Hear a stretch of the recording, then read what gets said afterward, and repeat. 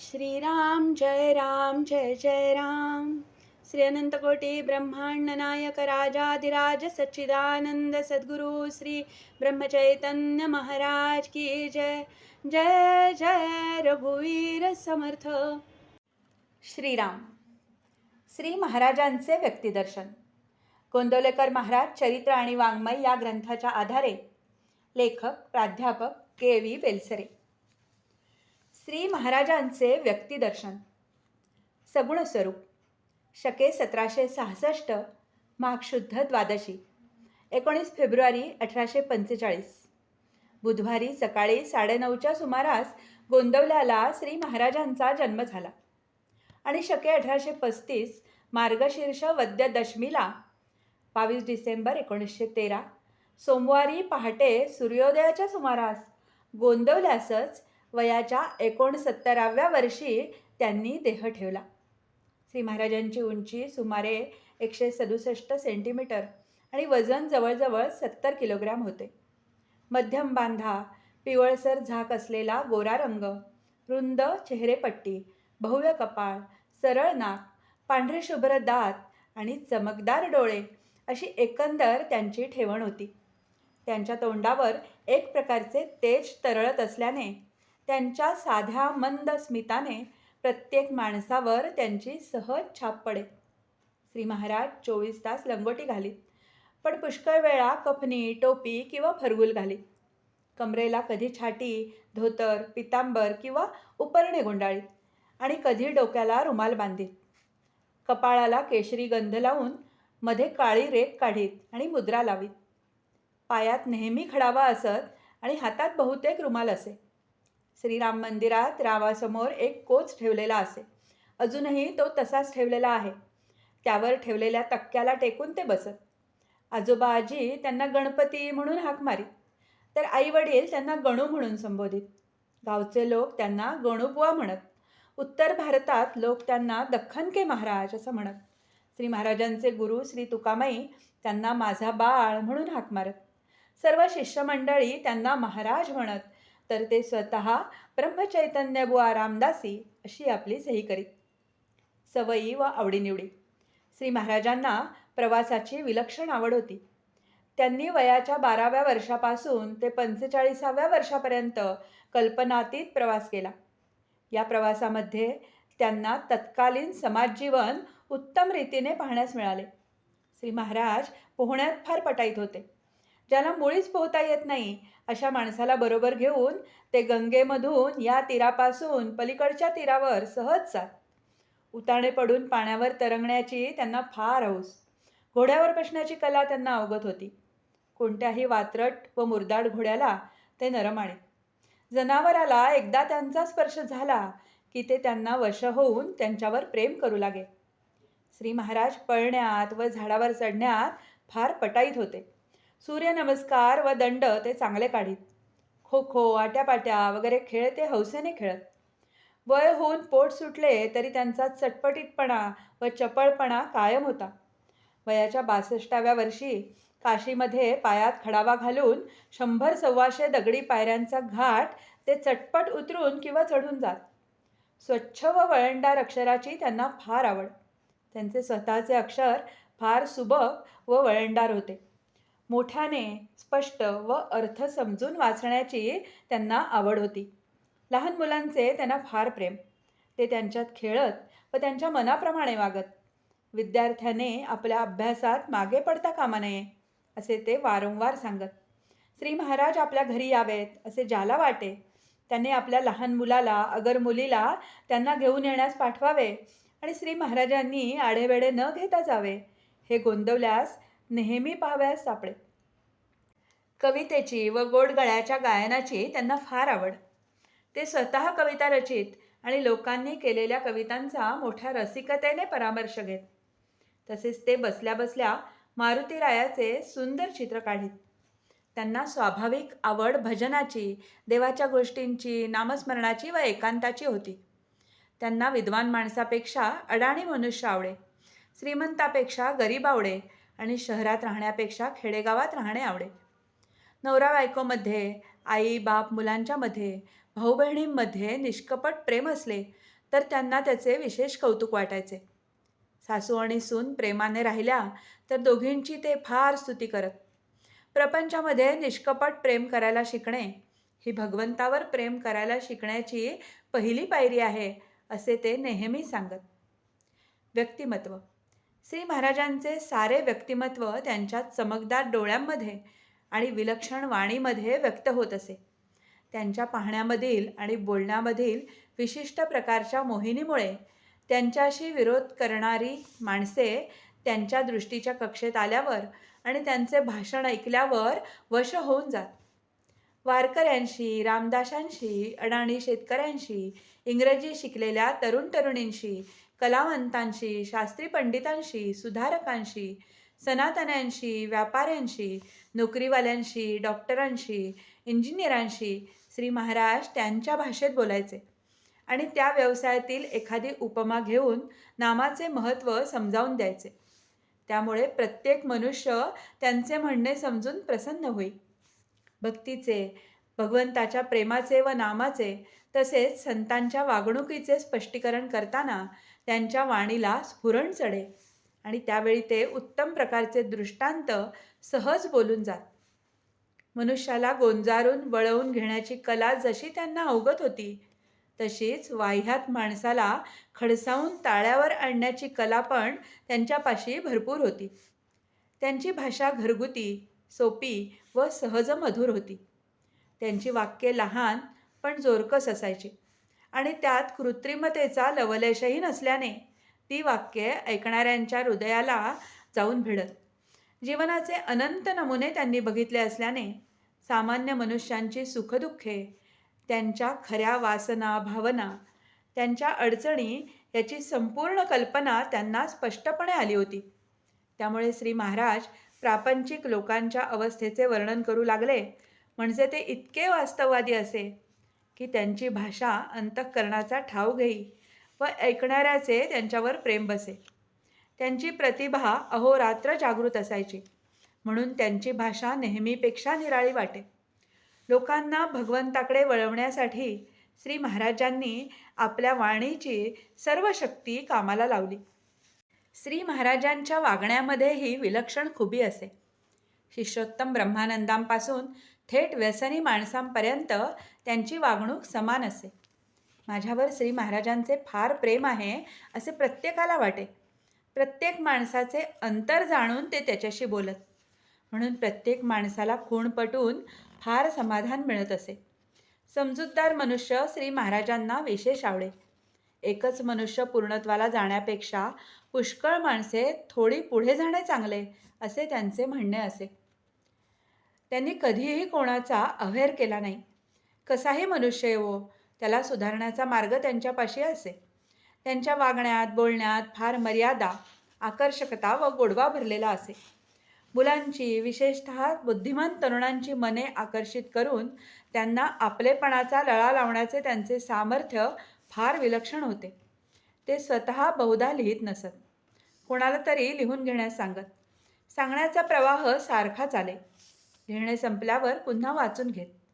त्यांना हिंदी, कानडी, तेलुगू, संस्कृत वगैरे भाषा उत्तम समजत. लहान लहान गोष्टींमध्ये श्री महाराज माणसाची परीक्षा करत आणि तो कोठे आहे याची प्रचिती त्याला आणून देत. गोंदवल्याला त्यांच्याकडे येणाऱ्या प्रत्येक माणसावर श्री महाराज पोटच्या मुलाप्रमाणे प्रेम करत. प्रापंचिक लोकांशी रात्रंदिवस व्यवहार करत असताना श्री महाराज कधी कोणाचे मिंदे राहिले नाहीत. कधीही कोणापुढे हात पसरला नाही. कधी कोणाकडून वर्गणी गोळा केली नाही. त्यांनी आपला चरितार्थ अगदी स्वतंत्र ठेवला. पैशाचा मिंधेपणा नसल्याने श्री महाराजांना आपल्या मतांना लोकाग्रहास्तव मुरड घालण्याचा प्रसंग कधी आला नाही. लौकिकाचा, प्रसिद्धीचा, वर्तमानपत्री चर्चेचा आणि व्यासपीठावरील व्याख्यानांचा त्यांना अगदी मनापासून कंटाळा असे. त्यांनी फार कटाक्षाने प्रसिद्धी टाळली. पूर्वकाळात श्री महाराज आपले नाव देखील नीट सांगत नसत. कोणाला सांगत मी जंगम आहे, कोणाला सांगत मी नंगा बैरागी आहे, कोणाला सांगत मी कानपाटा योगी आहे, कोणाला सांगत मी पंढरीचा वारकरी आहे, तर कोणाला सांगत मी रामदासी आहे. या कारणाने श्री महाराज गोंदवल्यास असतात हे बऱ्याच लोकांना माहीत नसे. श्री महाराज म्हणत की भगवंताच्या नामाला खरे महत्त्व आहे आणि या जगात आपण इतके पदार्थ आहोत की आपली प्रसिद्धी होऊ देणे अथवा ती करणे हा मूर्खपणा आहे. ज्या माणसाला त्यांनी एकदा जवळ केला त्याचे त्यांनी सर्व काही सोसले, म्हणून त्यांचा मनुष्य त्यांना सहसा सोडून गेला नाही. मागच्या लोकांनी जे जे चांगले उपयुक्त कार्य करून ठेवले आहे ते आपण का वाया घालवावे? चांगले जुने कायम ठेवून त्यामध्ये चांगल्या नव्याची भर घालावी, असे त्यांचे नेहमी सांगणे असे. जीवनाला उंची आणि व्यापकता आणून प्रत्येकाने शेवटपर्यंत हौसेने जीवन जगत राहिले पाहिजे. त्यामध्ये भगवंताच्या नामाला शेवटचा श्वास जाईपर्यंत सोडता कामा नये, असे ते म्हणत. एकंदर स्त्रियांच्याबद्दल त्यांच्या मनात आदर असून ते स्त्रियांना फार पूज्य मानत. स्त्रियांनीच आतापर्यंत धर्म टिकवून ठेवला, स्त्रियांनीच समाजातील नीतिमत्ता टिकवून धरली, स्त्रियाच कुटुंबातील खऱ्या खस्ता खातात, स्त्रियाच पुरुषांपेक्षा जास्त निस्वार्थी असतात. ज्या घराण्यातील स्त्रिया सुज्ञ असतात ती घराणी चांगली चालतात, असे ते नेहमी सांगत. आई आणि आईच्या प्रेमाविषयी बोलणे निघाले तर त्यांचा गळा भरून येई आणि डोळ्यांना पाणी येई. आई म्हणजे भगवंताच्या प्रेमाची प्रापंचिक मूर्ती होय, असे ते म्हणत. स्त्रियांचे अंतःकरण जात्यात शुद्ध व श्रद्धायुक्त असल्याने भगवंताचा मार्ग त्यांना सोपा आहे, असे ते सांगत. आपल्याकडे येणाऱ्या प्रत्येक मनुष्याला श्री महाराज जेवायला घालत. खरे सांगायचे म्हणजे भगवंताचे नाम ते जितक्या मुक्त हस्ताने वाटत तितक्याच मुक्त हस्ताने ते अन्नदान करत. अन्नाने बुद्धी तयार होते, म्हणून प्रेमाने केलेला व प्रेमाने वाढलेला रामाचा प्रसाद, भाजी भाकरी आणि आमटी मंदिरामध्ये येणाऱ्या प्रत्येकाने खावा, असे त्यांचे म्हणणे असे. मंदिरामध्ये अन्न सर्वांना अगदी एक असे. पंक्ती प्रपंचाची त्यांना फार चीड होती. पुष्कळ वेळा मंडळींना जेवायला बसवून श्री महाराज आपण स्वतः वाढत आणि त्यांची जेवणे झाल्यावर मग आपण जेवायला बसत. पंढरपूरला जाणारे पुष्कळ वारकरी आणि त्यांच्या दिंड्या मंदिरामध्ये मुक्काम करत. श्री महाराज त्या सर्वांचा मोठ्या प्रेमाने परामर्श घेत. पानावर बसल्यापासून जेवायला सुरुवात करेपर्यंत जय जय श्रीराम जय जय श्रीराम असे मोठ्याने म्हणण्याचा प्रघात श्री महाराजांनी चालू केला. कोणतेही काम करताना, स्वयंपाक करताना, पाणी आणताना, पत्रावळी टोचताना, धान्य निवडताना, सारवीत असताना, झाडून काढताना, शेतात खपताना, विहीर खणताना सर्व मंडळी भगवंताचे नाम घेऊ लागली. जिकडे तिकडे प्रत्येकजण आपले काम करीत असताना जय जय श्रीराम म्हणत असलेला पाहून गोंदवल्यास रामरायाच्या अयोध्येचे वातावरण उत्पन्न झाले, असे श्री शांताश्रम स्वामींना वाटले. आध्यात्मिक जीवन. भगवंताच्या अस्तित्वाची खरी जाणीव होऊन त्याच्या अनुसंधानामध्ये जीवनाचा प्रत्येक क्षण कसा घालवावा हे सामान्य स्त्री पुरुषास समजणे फार कठीण असल्यामुळे श्री महाराजांनी रामरायाला गोंदवल्यास आणून उभा केला. नुसता उभा केला असे नव्हे, तर स्वतः त्याच्यावर इतके प्रेम करून दाखवले की ते नैमिषारण्यात जाण्यास निघाले त्यावेळी रामाच्या डोळ्यात खरोखर अश्रू उभे राहिले.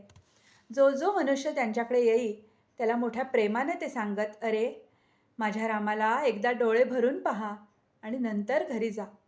मंदिरात असलेला श्रीराम केवळ मूर्ती नसून प्रत्यक्ष परमात्माच आहे, अशा भावनेने श्री महाराज स्वतः वागत आणि त्यांच्याकडे येणाऱ्या प्रत्येक स्त्री पुरुषास तशा भावनेने वागण्याचा मनापासून उपदेश करीत. जगात घडून येणाऱ्या प्रत्येक गोष्टीमध्ये श्री रामरायाचीच इच्छा काम करत असल्याचे त्यांना दिसे व व्यवहारदृष्ट्या योग्य प्रयत्न केल्यावर जे चांगले वाईट फळ मिळेल ते रामाच्या इच्छेने मिळत असते, अशी श्रद्धा ठेवण्यास सर्वांना सांगत. अशी श्रद्धा ज्याच्यापाशी असते त्याला सुखदुःखाची बाधा होत नाही, हे श्री महाराजांनी दाखवून दिले. सर्व काही राम करतो, खरे करते पण रामाचे, हा श्री महाराजांच्या उपदेशाचा गाभा असल्यामुळे त्यांच्या प्रत्येक हालचालीत ते रामाला पुढे करून आपण नाहीसे होत.